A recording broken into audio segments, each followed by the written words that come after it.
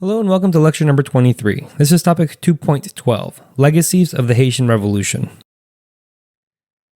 The first learning objective is to explain the global impacts of the Haitian Revolution. The island of Haiti was a French sugar island then named Saint-Domingue in the Caribbean. By the late 18th century, Saint-Domingue was producing 40% of the world's sugar and 60% of the world's coffee. The rebellion was started by a religious leader named Bdori Boukman, who was also a maroon. He convinced others to rise up and overthrow the French to try and go back to their ancestral African ways. As the uprising escalated into a fight for independence, Toussaint Louverture attained a leadership role in the fight against the French. Louverture was a former enslaved person who became a brilliant military strategist and diplomat. He did so because he was able to attain major victories over the French and British forces. Louverture was eventually captured, imprisoned, and died in France before the end of the Revolution. He was succeeded by Jean-Jacques Dessalines, who was eventually victorious over the French generals Leclerc and Rochambeau.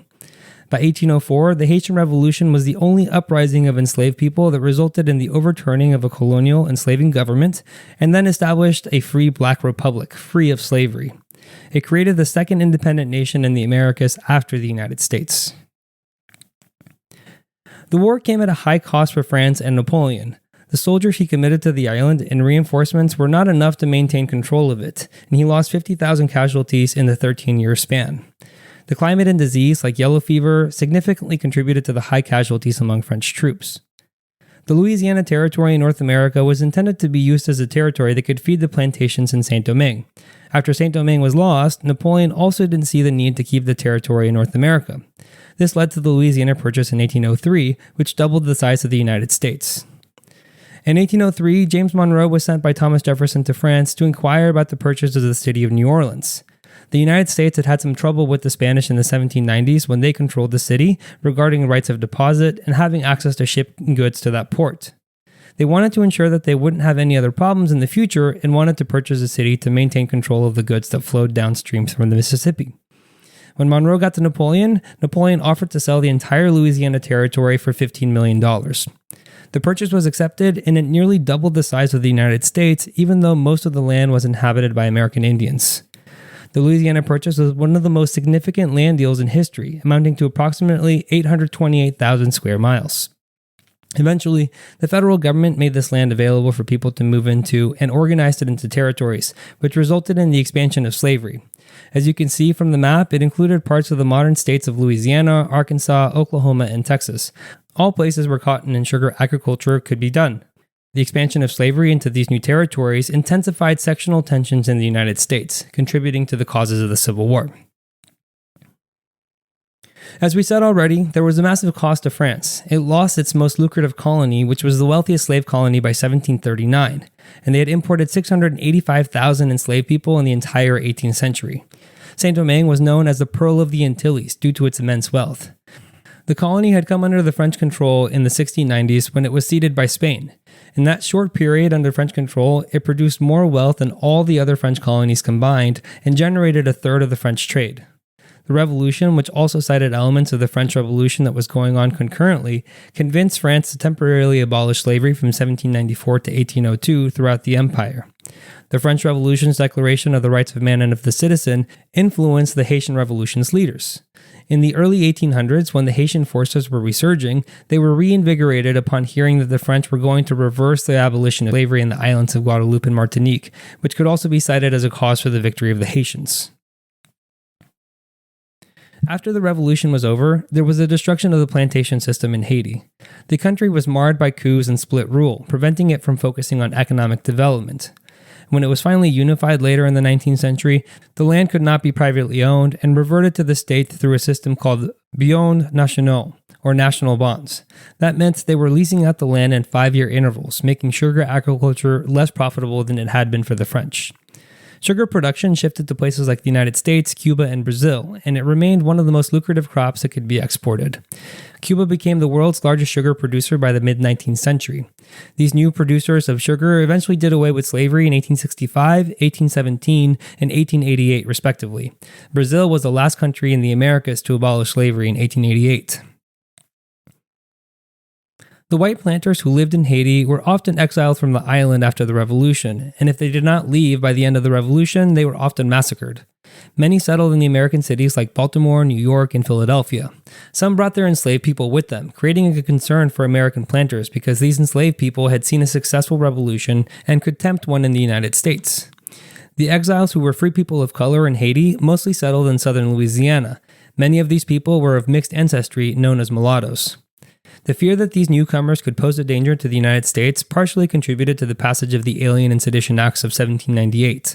These acts gave the government power to deport aliens deemed dangerous and aimed to minimize support for the Democratic Republican Party, which had a preference for France as an international ally over Britain.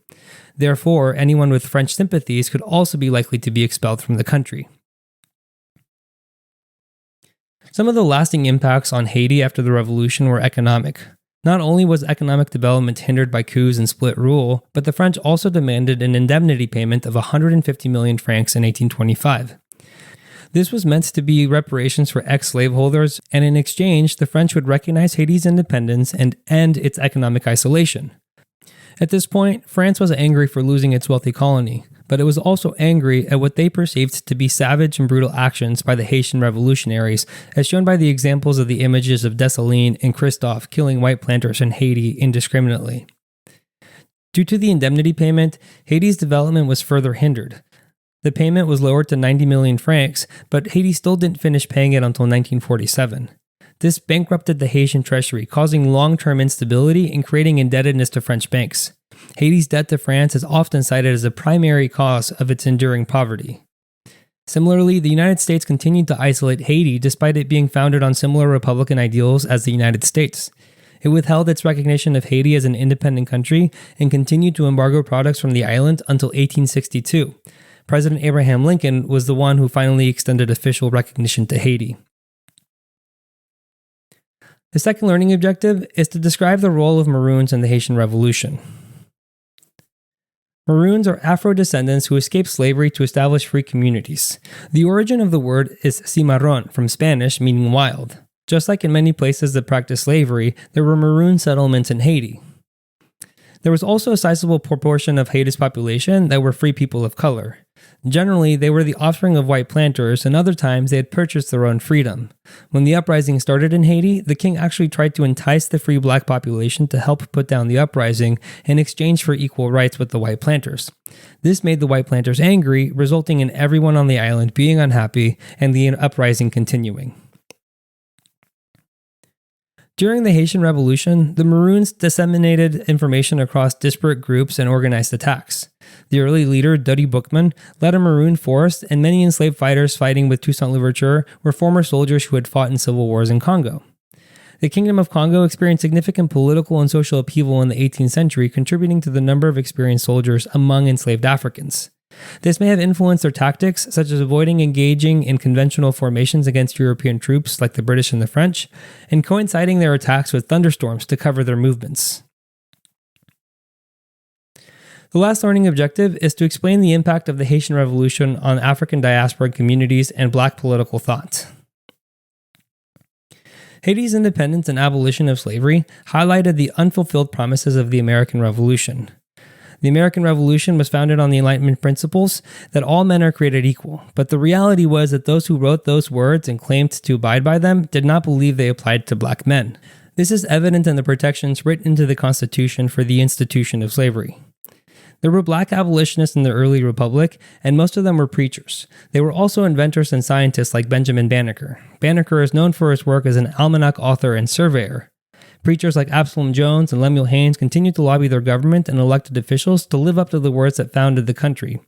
Haynes was the first person to write a petition to end slavery based on the Declaration of Independence.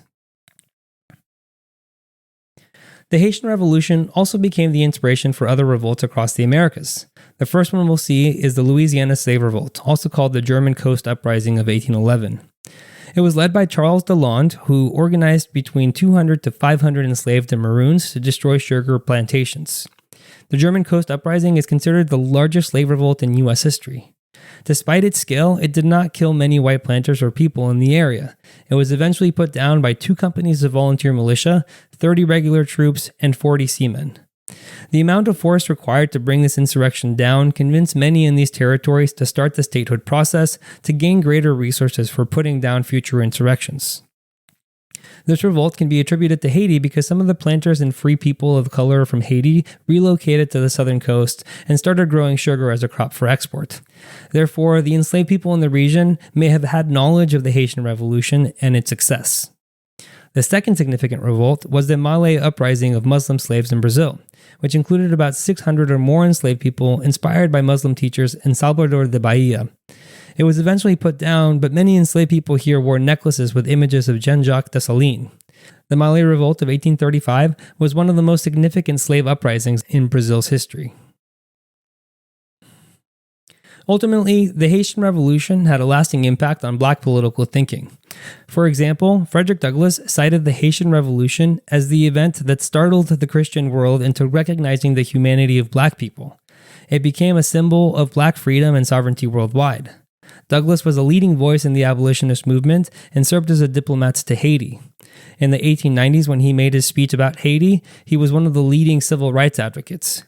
The Haitians, with their limited resources, repelled and defeated a much larger, better funded, and better equipped force. More British soldiers died fighting in Haiti than in the American Revolution, and 50,000 French forces perished in the wars to hold on to Haiti.